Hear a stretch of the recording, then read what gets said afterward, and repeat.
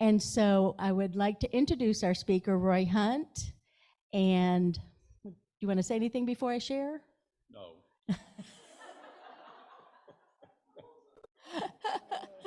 Roy, thank you for being with us and always being ready to share a wonderful program with us. So let me get rid of this button here. Hold on. Technicalities. Okay. I think we're ready. Okay.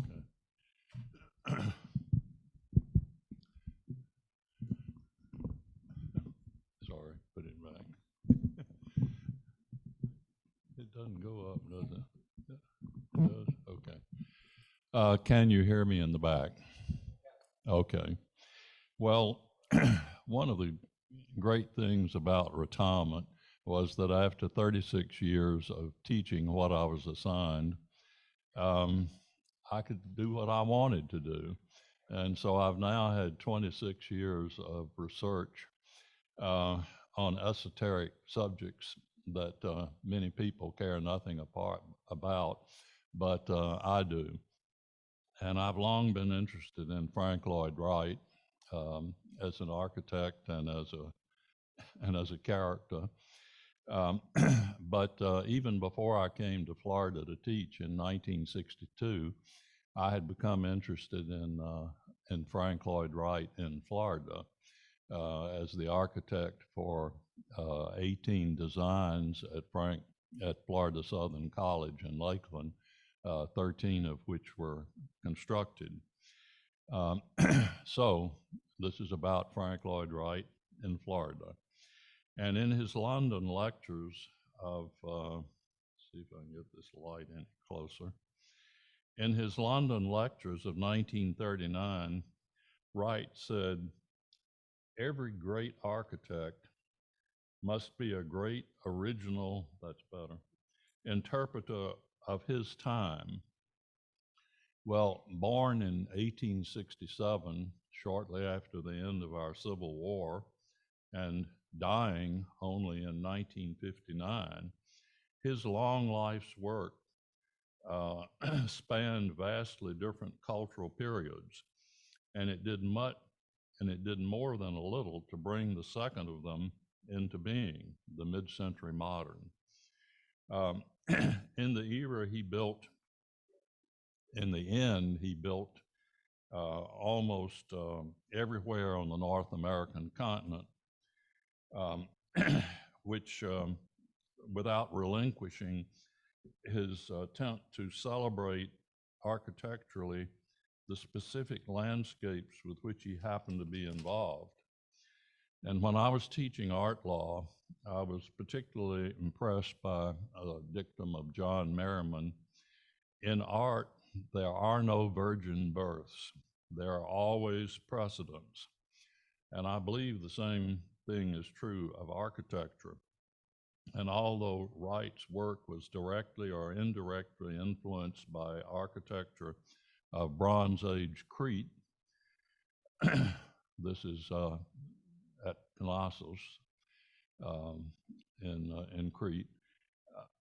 This is the Johnson Wax Building in Racine, Wisconsin, and the columns are always said to be influenced by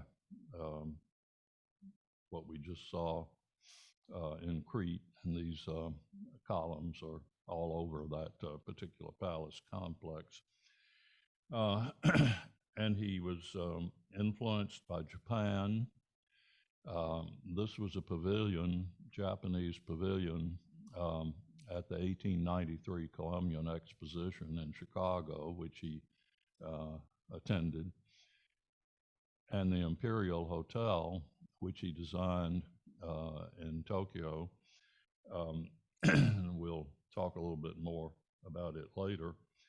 And the Maya of Mexico and Central America.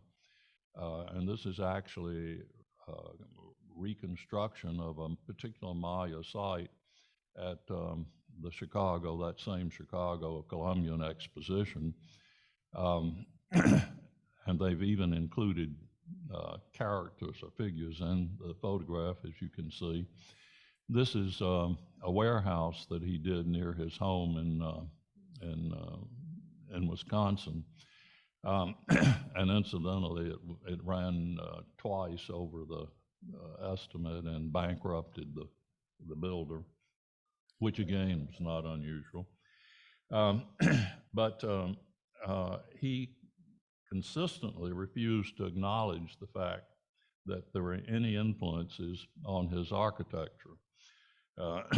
Everything was a virgin birth. Well, Wright's mother had determined prenatally, and I don't know how before the age of ultrasound she managed, but she had determined prenatally that she would have a boy and then that her son should be an architect. And to that end, she hung engravings of the great cathedrals of Europe in her bedroom, which were then transferred to Wright's bedroom after he was born. And this has to be one of the triumphs of 19th century applied psychology. But Wright considered himself America's greatest architect, and indeed probably the world's greatest architect.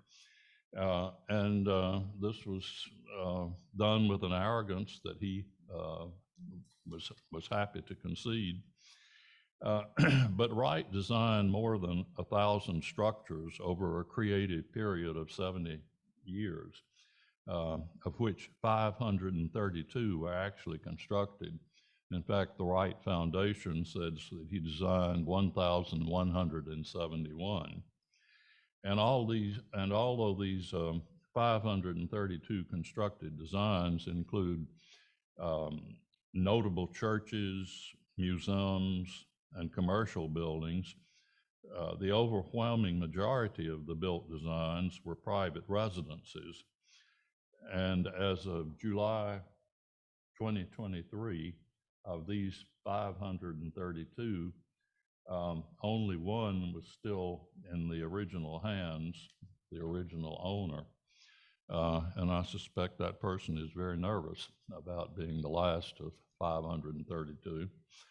And this is the Risley House, which is a Usonian house. And it's the, I think this is it, yes. It's the third designed Wright house of 4 in a cooperative development near Pleasantville, New York, which is in Westchester County. And Usonia is the name of one of 3 cooperative Usonian communities founded in the late 1940s. The other 2 are in the area of Kalamazoo, Michigan. In all 3 of these communities, Wright was the overall site planner, and in each case, he designed the lots to be circular in form. Well, while the property owners were very enthusiastic about these circular sites, the circles were not met with enthusiasm by town planners, as you might imagine. And as a result, they were redrawn as hexed circles or polygons. Well, the community's name, Usonia, was of course derived from Wright's use of its name beginning in 1927. And in considering Wright's use of that term, if you're not a Frank Lloyd Wright groupie, the adjective used to describe these later houses as Usonian deserves some explanation.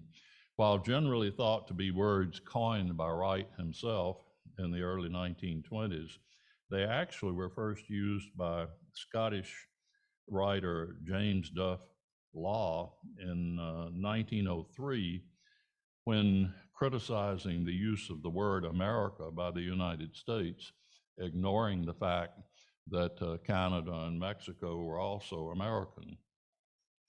So Wright preferred the term Usonia, and the earliest published use of the term by Wright was in 1927. And it's the word he used to refer to the United States in general in preference to America.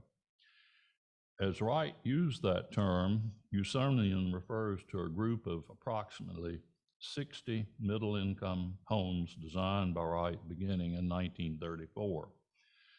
Most consider the Jacobs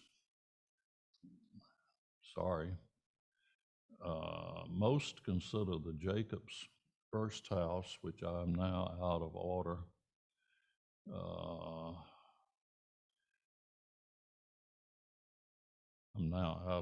But most consider the Jacobs first house, and it's called the first house because the Jacobs family increased in size and he designed a second house for them. But they consider that house to be the first of the Usonian houses, and that was in 1937. And Usonian homes are typically small, single-story dwellings without a garage or much storage. And they're either L-shaped to fit around a garden terrace on unusual and inexpensive sites. They are characterized by nature or native materials, flat roofs, large cantilevered overhangs for passive solar heating and cooling, natural lighting with clerestory windows, and radiant floor heating. Another distinctive feature is that they have little exposure to the front or the public side, while the rear private sides have mostly glass. And a strong visual connection between the interior and exterior spaces is an important characteristic of all Usonian houses. The word carport was coined by Wright to describe an overhang for the sheltering of a parked vehicle. And here I have to try to find, get back in order, so excuse me for a moment. Okay, this is the owner of the first Jacobs house. He's actually the 8th owner, I think, and I'm not sure he's still alive, but here he is showing my small group from the American Architectural Association, his house, and he's showing what is basically a sandwich of wood, which is used in the construction of his home. Here is the exterior, and as I said, often these houses were L-shaped.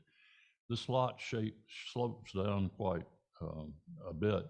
So again, this would have been an inexpensive site. And so the house is very much designed to take advantage of that inexpensive site. This is the front of the house. As you can see, practically no fenestration. There are clerestory windows hidden under that flat roof. Here's the first carport. And here is the screen door going from the first carport into the kitchen. And this is one of my favorite Wright designs. He's taken a simple screen door and with those 4 verticals below, made it a work of art, in my opinion. This is the kitchen. The kitchens were always small. And as you can see, his favorite Cherokee red appears in the kitchen. Okay, now I've got to go back a few to get to this house. The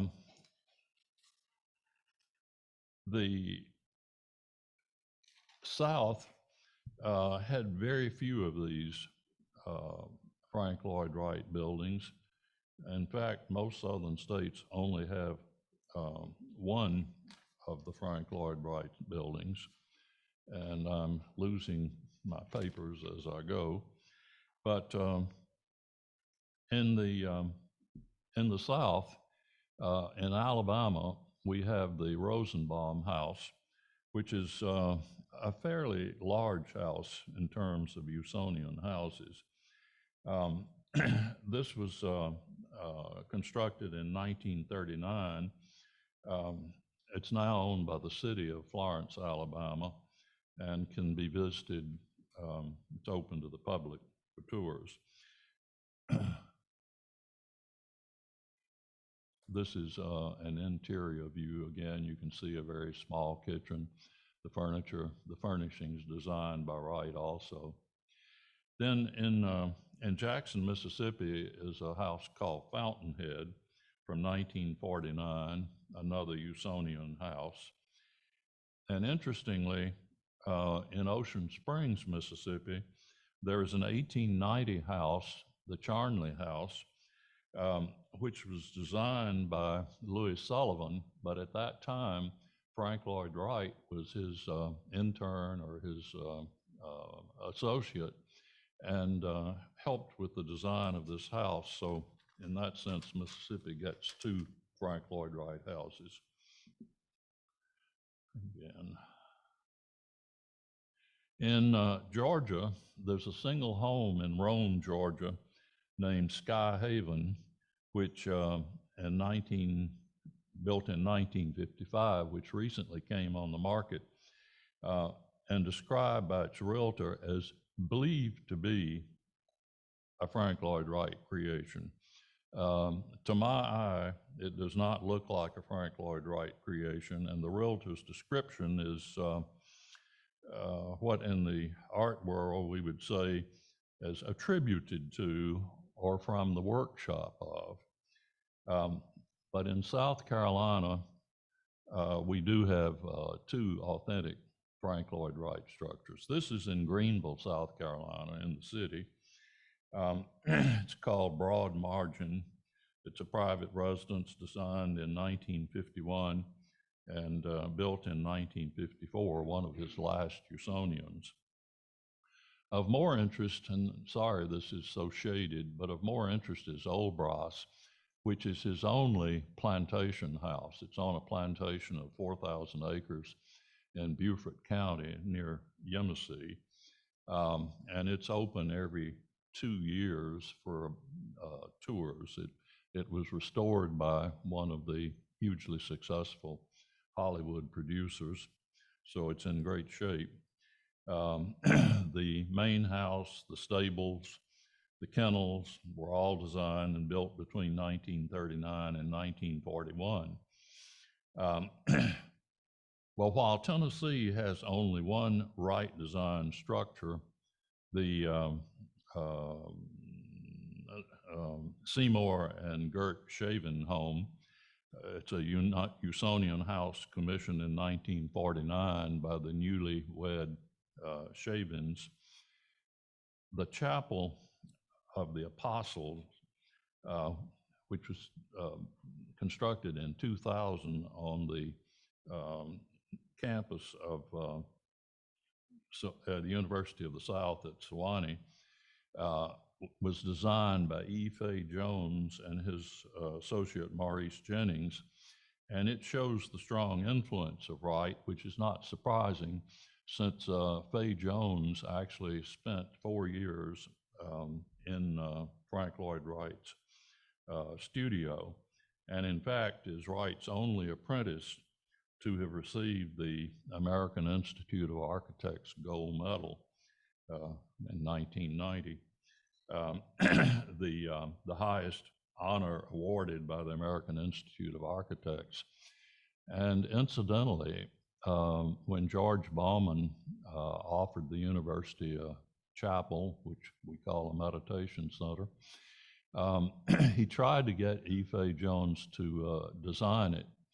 And Jones finally turned us down, saying that he was too old to come and check on it. And a young architect from Jacksonville Beach, I think, John Zona, actually designed it. But you can understand the influence that Wright had on the chapel or meditation center, the Bauman Center at Lake Alice. These are the door handles. This is the interior. This is the baptismal font, all very reminiscent of Wright.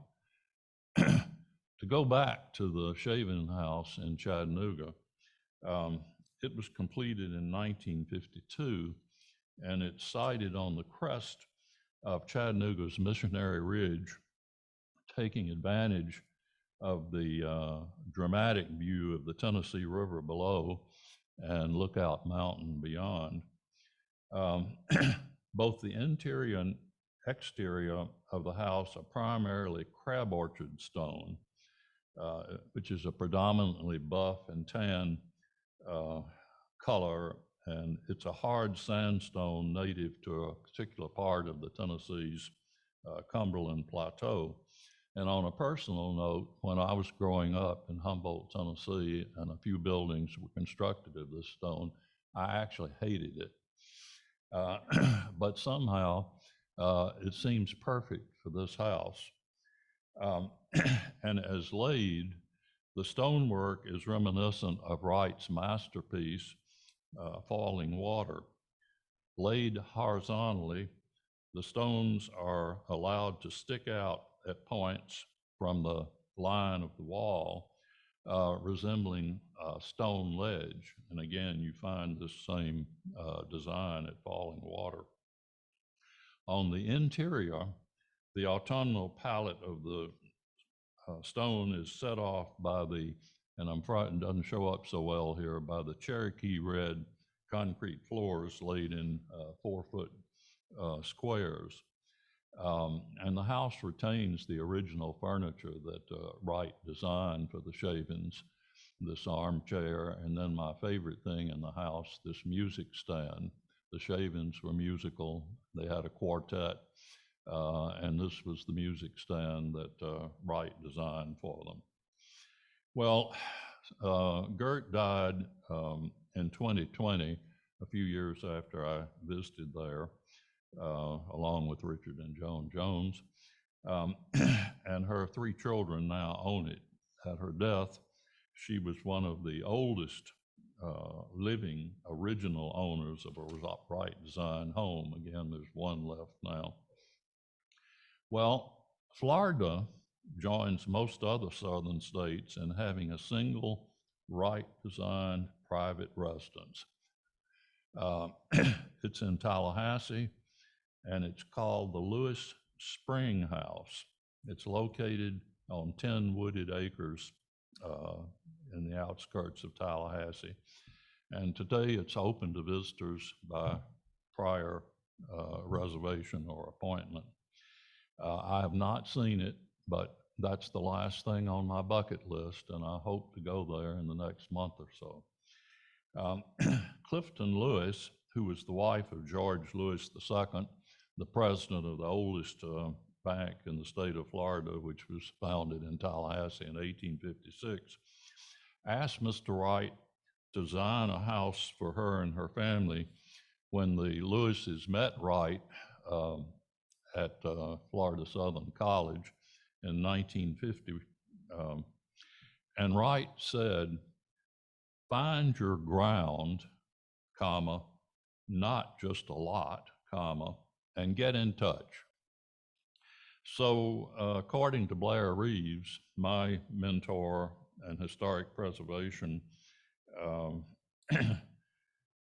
expert, he knew Mrs. Lewis and the house, and he had a wonderful story about what happened when Mrs. Lewis got in touch. She asked Wright to design a house for her family to be constructed for $10,000. Well, in a colossal failure of minds to meet, Mrs. Lewis intended that $10,000 would be the construction price, and Mr. Wright believed it to be his architectural fee. Well, eventually minds met, resulting in the home that was constructed in 1954. And this is a very unusual Usonian house. It's the first drawn of only 2 pod-shaped Usonian houses of Wright's long career. And it was designed during the same period he was designing the Guggenheim Museum in New York City. And both this house and the Guggenheim are based on a confluence of arcs that make the two buildings similar and revolutionary. Can you, in your own mind, see this and the Guggenheim together? Well, closer to home, well, this is an interior of the Lewis House. I think it's very successful in terms of a living space. Well, closer to home, the University of Florida came very close to having a Frank Lloyd Wright designed fraternity house on what became Fraternity Row. In 1951, a rebellious group of architecture students invited Frank Lloyd Wright to speak on campus. The faculty knew nothing about this. The students believed the School of Architecture faculty at the time had a closed mind with respect to contemporary architects, and they didn't welcome visiting faculty. Incidentally, this was not unique to the University of Florida. The same thing happened at Yale. The students invited Frank Lloyd Wright to speak without telling the faculty anything about it. He showed up at the train station in New Haven and spoke. And it was quite a happening, as I recall. In any event, letters were exchanged, and Wright agreed to come. He flew into the Gainesville airport, where he was met by the students who had invited him. His speaking fee was $1,000, and the students paid for that by charging $1 a ticket to hear Wright lecture in the old gym, which some of you may remember. When Wright arrived, he zipped right past the assembled architecture faculty, which had since learned he was going to be there, and instead spoke only to the students. Well, it was a huge success, the lecture, in terms of attendance. It was packed, but strangely, he didn't talk about architecture at all. He talked about international politics. Well, the ZBT member who was the leader in all of this was Ken Treaster, who's still alive and designed the Judaica Library, the Judaica portion of the Smathers Library, which some of you may have visited. But Ken was an architecture student, and he was leading the rebellion, and he had chauffeured Wright during his visit, and he took this opportunity to ask Wright to design a new fraternity house for the ZBTs. Yes, he told the 20-year-old student, but only on the condition that architecture students themselves help construct it. The foundation digging, bricklaying, everything.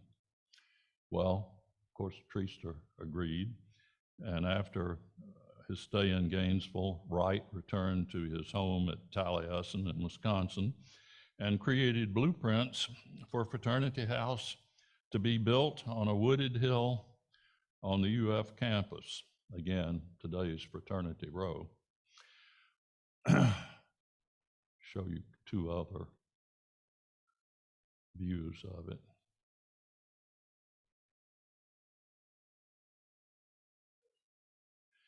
Well, almost immediately, bureaucracy raised its ugly head. UF had a building committee, and the state had a board of control which reviewed the plans, and between them they found 22 potential code violations, the most serious of which was the lack of a second fire escape. Well, they went back and forth for a little while, but finally Wright, in disgust, said, "I'll have nothing more to do with this." The project was doomed, and UF does not have an architectural work by Frank Lloyd Wright as a result. But what would the Wright designed ZBT house have looked like had it been built? Well, about 10 years ago, an architecture professor and her students built a model from White's blueprints. So this model is preserved today in part of the architecture archives at UF Smathers Library. I'm not sure that it's on display, but I'm sure you could see it if you wanted to. So again, no Frank Lloyd Wright in Gainesville. But to end our story of Frank Lloyd Wright in Florida, we turn to a more welcoming private educational institution in Florida, Florida Southern College in Lakeland. Surprisingly, Florida Southern College traces its roots to its founding in Micanopy in 1852, a location that changed at least 4 or 5 times before the present location on Lake Hollingsworth in Lakeland, where the college moved in 1922. Confusingly, for some 8 years, there existed in Florida, less than 30 miles apart, 2 schools founded at around the same time and bearing similar names. The first was the East Florida State Seminary in Ocala. It was controlled by the state, funded by the state, and it was open to white men living east of the Suwannee River. That was 1853. In 1852, the other East Florida Seminary was established in Micanopy under the Florida Conference of the Methodist Episcopal Church South. Today, the University of Florida claims its 1853 founding on the Ocala institution, which moved to Gainesville after the Civil War and is today visible. It's actually the second building because the first one was wooden and burned. But the second one is visible today as the First Methodist Church's Epworth Hall. You can see it better from the rear with the 2 different bricks. You can identify it that way. And just incidentally, it's because of that school in Florida that the Harn has its wonderful collection of paintings. The son of the painter, and for the moment, I can't remember his name, taught chemistry at the East Florida Seminary in Gainesville. And so his father wintered for a number of years and did those wonderful winter Florida paintings the Harn now has. Well, today, Florida, I didn't mean to do that. Well, today,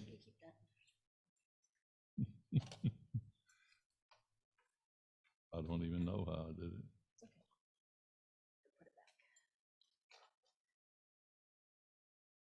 Go, what, just go forward to, okay. I need to back up. Oh, no. Let me get it in full screen. Okay.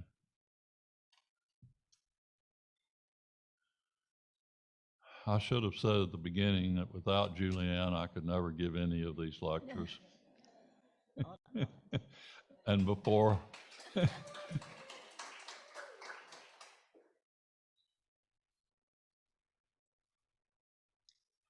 You're not pressing anything, right? we want to go back to what was, the beginning of Annie Pfeiffer Chapel. Keep going. There. I think that. No, go about 3 more. There. Okay. So today. Hold on. What happened? There. All right, we're just gonna have to, it's not going full screen, but that's okay, we can see it. Okay. So today, Florida Southern College is still affiliated with the Methodist Church. And its illustrious president from 1925 to 1957 was also a United Methodist minister, as well as Frank Lloyd Wright's patron. And some of you may know his name, Lud Spivey. Imagine serving as president that many years. It's pretty incredible in terms of today's turnover.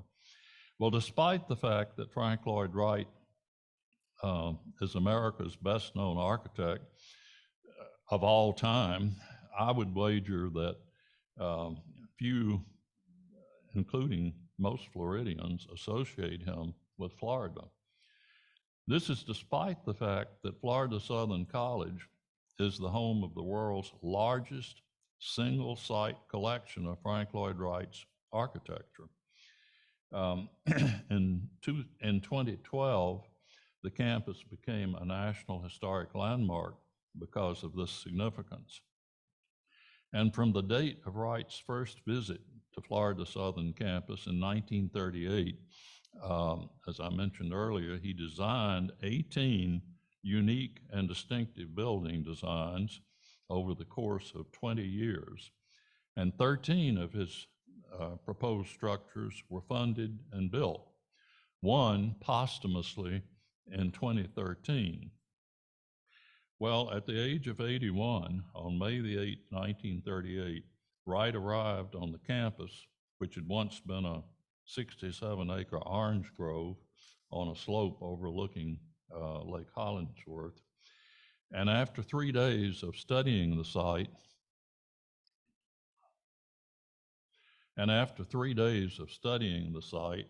with a view toward a campus master plan, Wright returned to Taliesin. And he returned a few months later to present his master plan and his proposed design for the first building to be constructed, the Annie Pfeiffer Chapel.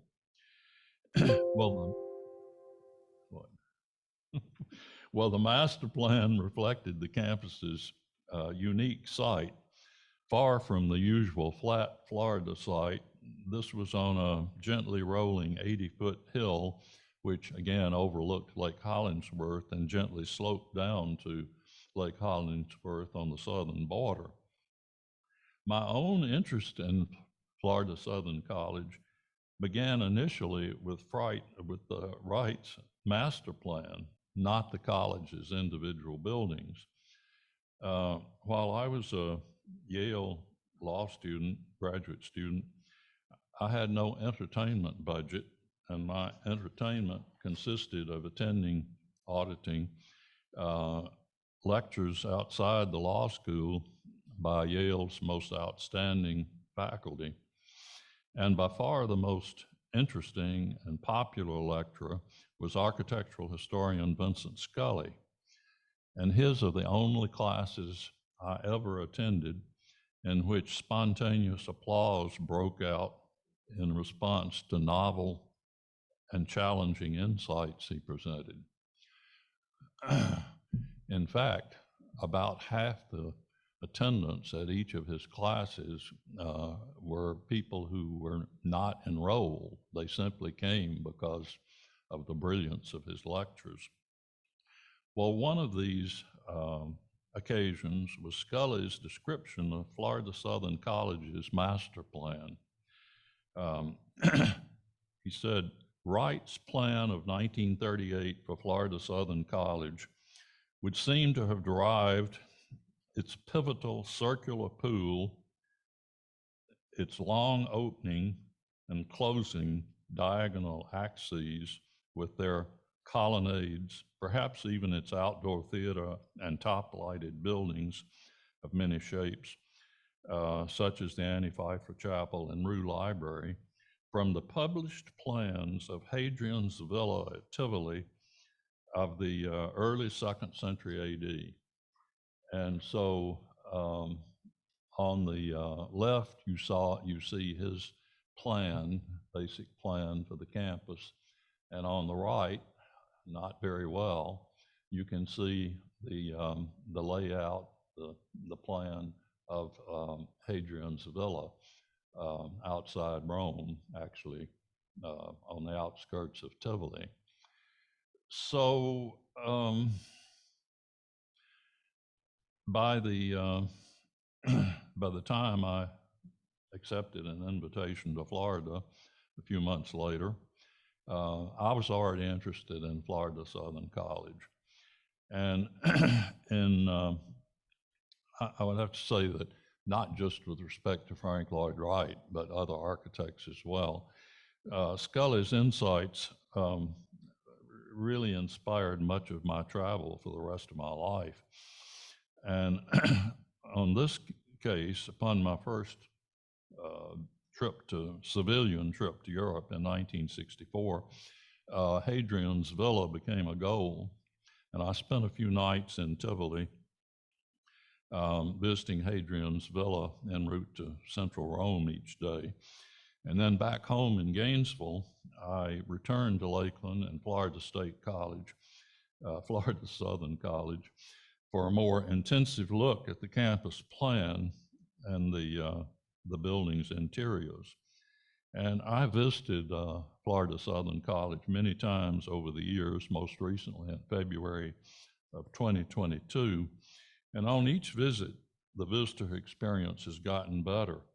Today, any tour should begin and end at the Sharp Family Tourism and Education Center. Here, one may begin and end the 2-hour docent-led in-depth tour. And if you do go, I urge you to go for that particular one, not for the shorter one where you simply walk around and see the exteriors. So the center, which houses an extensive bookshop, will provide an overview of Wright's relationship with the college. And I mentioned the need to both begin and end here because adjoining the reception center is the Usonian House, designed by Wright in 1939. He designed 20 of these to be built for faculty at the college. Well, for financial reasons, those 20 houses were never built. But in 2013, the college received permission from the Wright Foundation to construct one of the 20 from the original blueprints. And so you will want to end your tour with the Usonian House visit.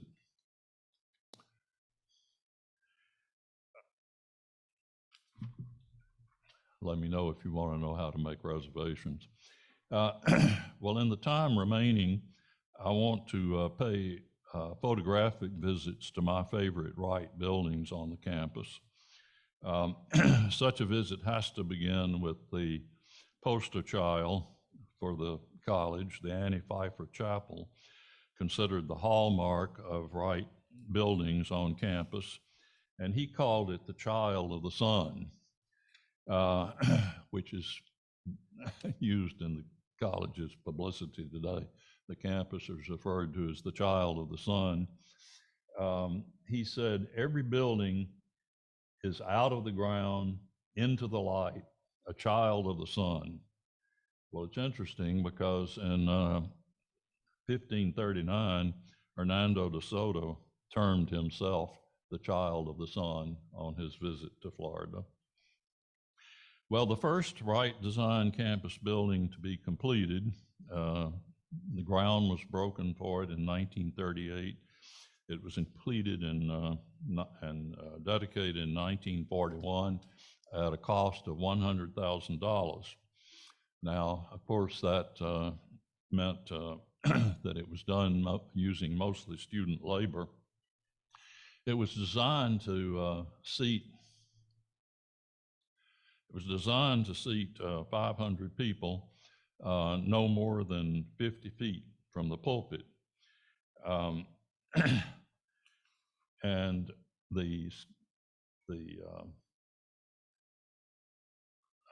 I've now messed up again. But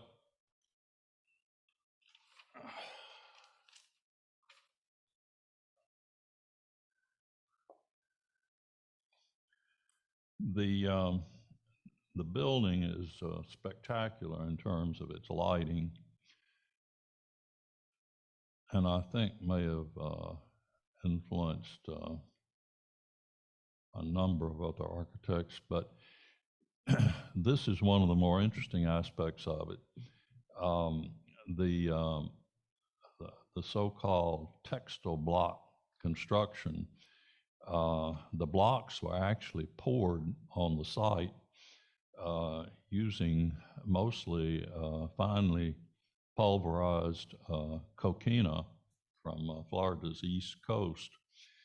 And they were designed to be much lighter than the normal concrete block. And they have within them often these holes for small pieces of colored glass. Unfortunately, this never shows up in photographs the way it does when you're actually there. But Frank Lloyd Wright is said to have been inspired by Florida's flowers, wildflowers, and butterflies for the colors and the use of these insets. This is a close-up, and again, the light, it's simply impossible to get a good photograph. The buildings are all constructed, all the buildings on campus are constructed of something called textile block. And I had thought for decades that textile block referred to the pattern inscribed on the concrete block surfaces. This was done originally in 4 houses he designed in the Los Angeles area. They were Maya inspired, and they were all built between 1923 and 1934. And I, again, thought this referred to the design, but rather than referring to the design, it actually refers to the method of construction. Each of these blocks is laid on top of the other without any mortar between. The blocks are of a size and weight, I mentioned, that can be handled by one person. And they have interwoven steel rods or steel rods that go up and down, but also a steel mesh that that crosses them. So it's like a weaving, a carpet, and that's where the word textile block construction comes from. Well, this was important because this was particularly valuable in earthquake-prone areas. And of course, Los Angeles is very earthquake-prone. He also had used this technique in building the Imperial Hotel in Japan. And it turned out to be a very valuable technique there, because shortly after the hotel was completed, a major earthquake occurred in Tokyo, which destroyed nearly all the buildings around the Imperial Hotel. It was one of the survivors. And sad to say, and I showed you a photograph earlier of the Imperial Hotel. Well, sad to say, in 1967, October of 1967, that hotel was demolished due to developer greed. They wanted to build a larger Imperial Hotel on the site, which they did. But I had the privilege of staying in the Imperial Hotel twice in 1967, never dreaming that it was going to be demolished within months. It still had all of the furniture he had designed for it. They were using all of the china, the silver, everything was still pristine, right, which is no more. In any event, it's not at all certain that this technique or this concept was necessary or the best thing for Florida Southern College, since we are not prone to earthquakes. And within a few years of the chapel's completion, it underwent its first restoration as a result of the 1944 hurricane in Florida. But maintenance of the textile block system has just been a nightmare. And it has received countless state grants for restoration. But a large part of the problem is the block itself. And it's an aggregate that is so fine that it almost melts. And as with so many of Florida Frank Lloyd Wright's exciting designs, see if I can get back to here. There are problems such as the roof leaking.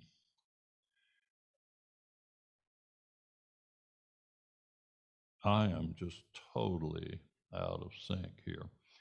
But I will tell you, since I can't find it right now, the roof leaked over President Spivey's desk, but Wright designed a very large home for a cousin in Tulsa, Oklahoma, which I visited a number of years ago.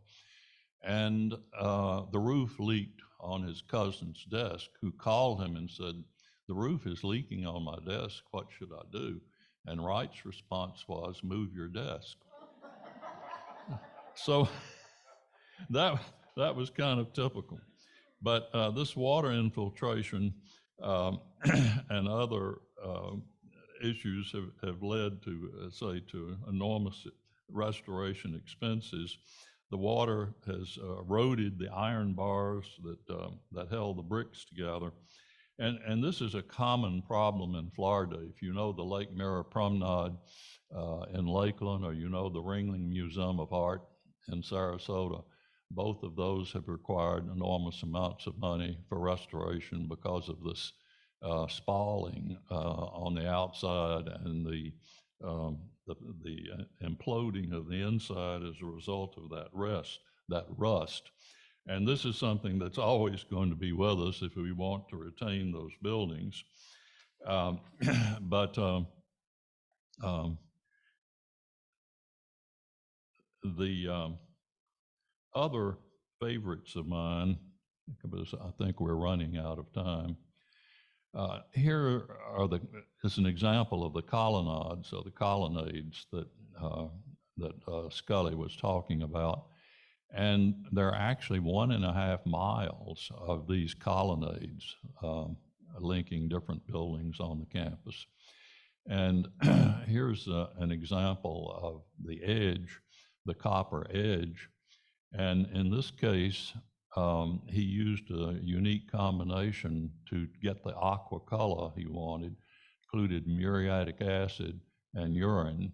And there's never been any description of where the urine came from, although you can imagine the students might have participated in that as well. This is the Danforth Chapel. It's the most pristine of all the buildings today. It faces the setting sun, and this was stained glass design poem for that prow that juts out toward the sun. It's very small. It seats only 75. Still has the furniture and the cushions designed. In those days, they had a home ec class. It was done in the home economics class, the furniture and the cushions. This is a close-up. This is the last stained glass that Wright ever designed for one of his buildings. As you know, he used it a great deal in his earlier buildings. It's said that he did not like the end result. Spivey overheard him say to his wife that he thought the amber color looked like bile. And his wife said, well, it's just the time of day. This is the Rue Library, the original Rue Library, as you can see, circular. It's now used as a classroom. But it had an interesting little mezzanine with a cozy alcove with, of all things, a fireplace. There was also a fireplace in the president's office. This is the also called the Rue Library. It's across the street, and it was designed by Neil Schweitzer, who had a major impact in Gainesville. And in fact, his building, the Episcopal Church on the corner of 43rd and 16th or 23rd, as you know, it was demolished in 2018. But Niels had been a student of Wright's for 4 years, and so Niels, an Orlando architect, oversaw much of the construction for Wright on the campus. The last thing I want to talk about is the water dome. Wright originally designed this, it's 160 feet in diameter, knowing that with the technology then available, it could not do what he wanted it to do. He wanted it to form a dome, and that didn't happen until 2007, when technology made it possible. So there are now 74 nozzles around this 160-foot diameter, and when it is at full force, they reach a 3-story height, which does provide a real dome. It costs so much to operate it that they only turn them on 4 times a day and during graduation. But this is considered a little bit strange because generally he hated domes, particularly the Dome of St. Peter's in Rome. So this is the Usonian House at the end of the tour, or by the reception center, which again, I suggest you end your tour there.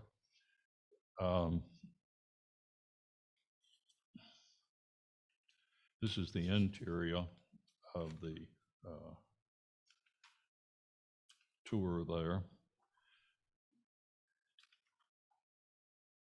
So I want to end by saying something about the prognosis of the future of the campus or the Frank Lloyd Wright buildings.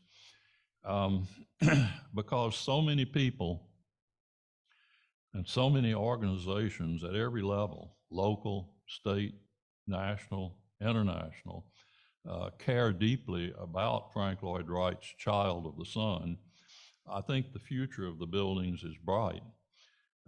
This is best demonstrated by the World Monuments Fund's 2009 convening of a historic gathering of historians, architects, conservators, craftsmen, and scientists at Florida Southern College to explore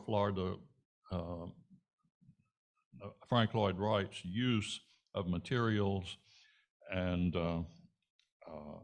engineering, which was ahead of its time, and how emerging technology can preserve his extraordinary design aesthetics. And so where there's a will, there's a way, and I think that these buildings will exist for future generations. So thank you. Sorry, I was a little disjointed.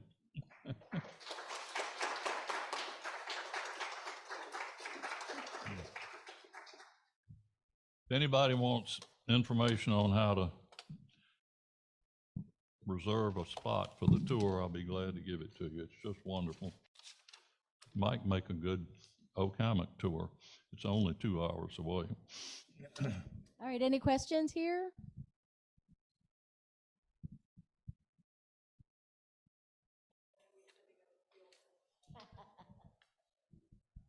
I just have a comment.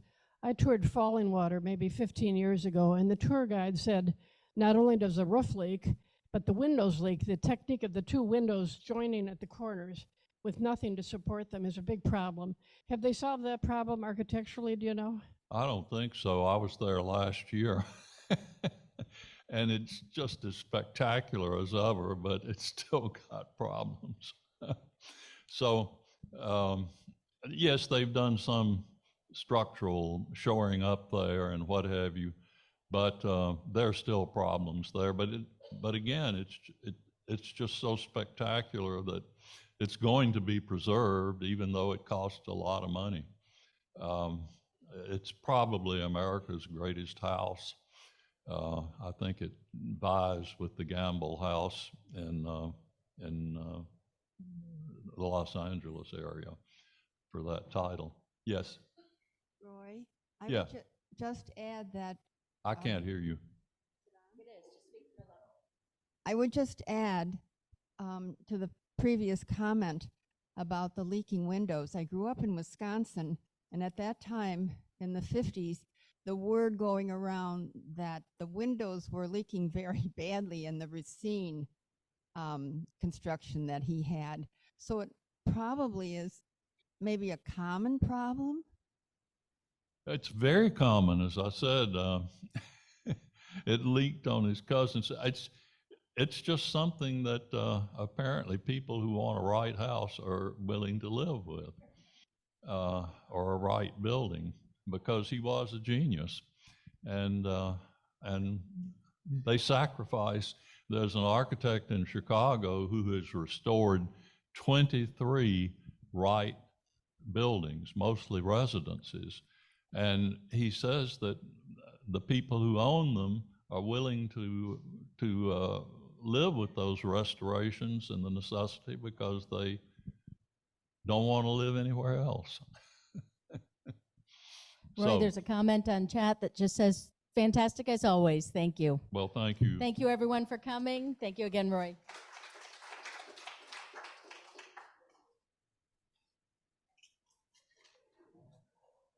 I only got through half of it.